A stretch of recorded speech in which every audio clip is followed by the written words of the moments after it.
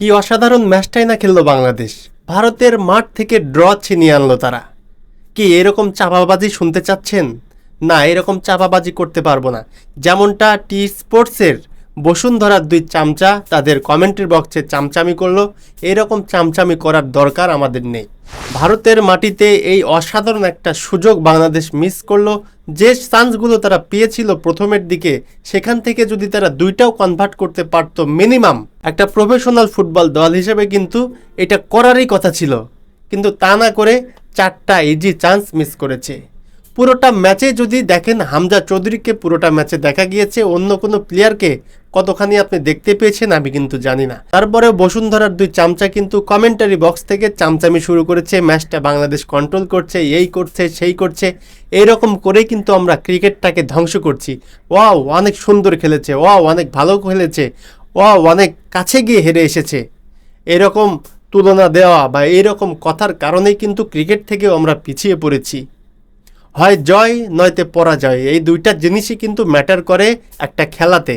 আপনি পেরেছেন বা পারেননি, এটাই দিন শেষে ম্যাটার করে। আজকের বাংলাদেশে থেকে যদি হামজা চৌধুরীকে আপনি বাদ দেন, তাহলে কিন্তু আর কিছুই খুঁজে পাবেন না বাংলাদেশ বনাম ভারতের এই ম্যাচটাতে। ম্যাচের আগে আমরা যেটা ভাবছিলাম যে ম্যাচে কিন্তু হামজা চৌধুরী অফেন্সিভলি কিছু অবদান রাখতে পারে বা অবশ্যই পারবে, যেহেতু ইংলিশ প্রিমিয়ার লিগে খেলা একজন খেলোয়াড়। কিন্তু এই ম্যাচটাতে আপনি যদি দেখে থাকেন, যখনই হামজা চৌধুরী উপরে গেছে অফেন্সিভলি দলকে হেল্প করতে, তখনই কিন্তু বাংলাদেশ অ্যাটাক খেয়েছে। তো এই জায়গা থেকে দেখেন হামজা চৌধুরী চাইলেও কিন্তু উপরে উঠে যেতে পারেননি।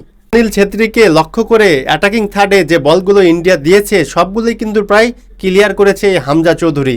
ম্যান মার্কিং, বল ইন্টারসেপশন সহ খেলা বিল্ড আপেও কিন্তু সাহায্য করেছে হামজা চৌধুরী। কিন্তু যখনই সে অ্যাটাকে যাচ্ছিল, তখনই কিন্তু বাংলাদেশের যে মিড এবং যে তাদের যে ডিফেন্সটা, সেটা কিন্তু খালি হয়ে যাচ্ছিল, যার কারণে কিন্তু হামজা চাইলে উপরে উঠতে পারতেছিল না। বাংলাদেশ প্রিমিয়ার লিগের সেরা স্ট্রাইকার আলামিনকে তো নামানই হয়নি, সবগুলো বসুন্ধরা কিংসের সিন্ডিকেট প্লেয়ারকেই নামানো হয়েছে শেষ পর্যন্ত। বিশেষ করে হ্যাভিয়ার কাবেরেরার যে সাবস্টিটিউট, সেগুলো দেখে আমি নিতান্তই হেসেছি।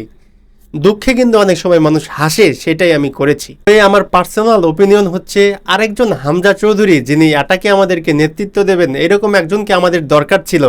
আপনারা জানেন আমি কার কথা বলছি, ফাহমিদুলের কথাই বলছি। আর যদি ফাহমিদুল থাকতো, অবশ্যই বাংলাদেশ পজিটিভ কিছুই নিয়ে আসতো। তারপরেও অনেক কিছু পজিটিভ আমরা এই ম্যাচটাতে পেয়েছি। সব কিছু মিলিয়ে হামজা চৌধুরীর অভিষেক হয়েছে এবং 18 কোটি মানুষ অনেকদিন পরে ফুটবল খেলা দেখার, দেশের খেলা দেখার একটা অনুপ্রেরণা পেয়েছে। এটাতেই আমি অনেক খুশি। আশা করি বাংলাদেশ ফুটবল আল্ট্রাস এবং সেভ বাংলাদেশ ফুটবল এসব সিন্ডিকেট নিয়ে আরও আওয়াজ তুলবেন এবং ফুটবল থেকে সব ধরনের সিন্ডিকেট বিদায় করতে হবে। বিশেষ করে বসুন্ধরার যে সিন্ডিকেটগুলো চলছে, এগুলো প্রকাশ্যেই কিন্তু আমরা বুঝতে পারছি। ভারতের মাটিতে ড্র করলো বাংলাদেশ, অবশ্যই একটা পজিটিভ কিছু আছে, ঘরের মাটিতে কিছুটা অ্যাডভান্টেজ আমরা পাবো।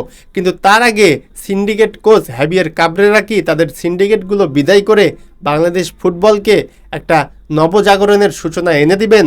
সেটা তো সময়ই বলে দেবে।